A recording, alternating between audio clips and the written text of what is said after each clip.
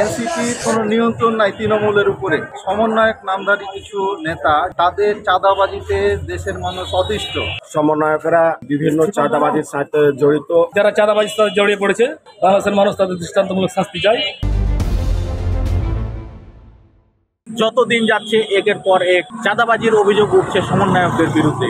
এই নিয়ে ইতিমধ্যে সামাজিক যোগাযোগ মাধ্যম সহ বিভিন্ন মাধ্যমে শুরু হয়েছে ব্যাপক আলোচনা ও সমালোচনা। দর্শক, কালের কণ্ঠের নিয়মিত আয়োজন জনতার কণ্ঠে আজ আমরা জানাবো এই নিয়ে কি ভাবছেন চাঁপাইনবাবগঞ্জের সাধারণ মানুষ, যেখানে আপনিও জানাতে পারেন আপনার স্বাধীন ও নিরপেক্ষ মতামত। সাথে আছি আমি মোহাম্মদ ফরহাদ আলী। সমন্বয়ক নামধারী কিছু নেতা যারা অভ্যুত্থানের মধ্যে দিয়ে উঠে এসেছে, তাদের চাঁদাবাজিতে দেশের মানুষ অতিষ্ঠ।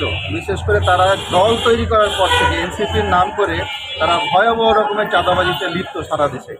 গত কয়েকদিন আগে আমরা দেখলাম একদম অল্প বয়সী একজন ছেলে আওয়ামী লীগের সাবেক এক এমপিকে প্রোটেকশন দেওয়ার জন্য প্রায় 50 লক্ষ টাকা চাঁদাবাজি করতে গিয়ে ধরা খেয়েছে গুলশানে। এছাড়া যারা বর্তমানে উপদেষ্টা পরিষদে আছে, এদের বিরুদ্ধে ভয়াবহ রকমের অভিযোগ আসছে। এগুলা দেশি বিদেশি বিভিন্ন মিডিয়াতে প্রচার হওয়ার চেষ্টা করলেও অনেক ধামাচাপা দেওয়ার চেষ্টা হচ্ছে। তারপরে যতটুকু আমরা দেখতে পাচ্ছি চিত্র ভয়াবহ। তাছাড়া বসুন্ধরা টিস্যু অশুদ্ধতার বিরুদ্ধে এক বিন্দুও ছাড় নয়। এনসিপির টোটালি কোনো নিয়ন্ত্রণ নাই তৃণমূলের উপরে। তারা নিজেদের মধ্যেই অনেক সময় দেখা যায় যে মারামারি করে, ইউটিউবে হেনস্থা করা হয়। তাদের এগুলোর থেকে দেশের মানুষ পরিত্রাণ চায়, আর পরিত্রাণ চাওয়ার জন্যই আমাদের দ্রুত একটি নির্বাচন দরকার। নির্বাচিত সরকার আসলেই দেশের দ্রুত পরিবর্তন হবে। ছাত্র এরা বলার টেবিলে থাকবে, দল কিসের করবে এনসিপি? এখন দলও কেন অন্তর্ভুক্ত হইল? তার মানে চাঁদাবাজি করার জন্য। বাংলাদেশের চাঁদাবাদের কোনো ঠাঁই নাই। সবাই ঘৃণা করে চাঁদাবাজকে, দলমত নির্বিশেষে কেউ পছন্দ করে না। যারা চাঁদাবাজির সাথে জড়িয়ে পড়েছে, বাংলাদেশের মানুষ তাদের দৃষ্টান্তমূলক শাস্তি চায়।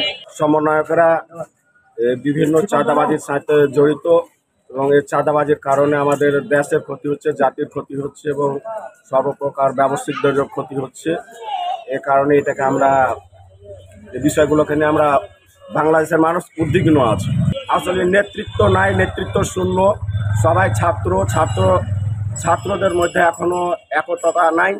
একতা না থাকার কারণেই তাদের মধ্যে বিভিন্নভাবে কেউ কাউকে মেনে নিতে পারছে না।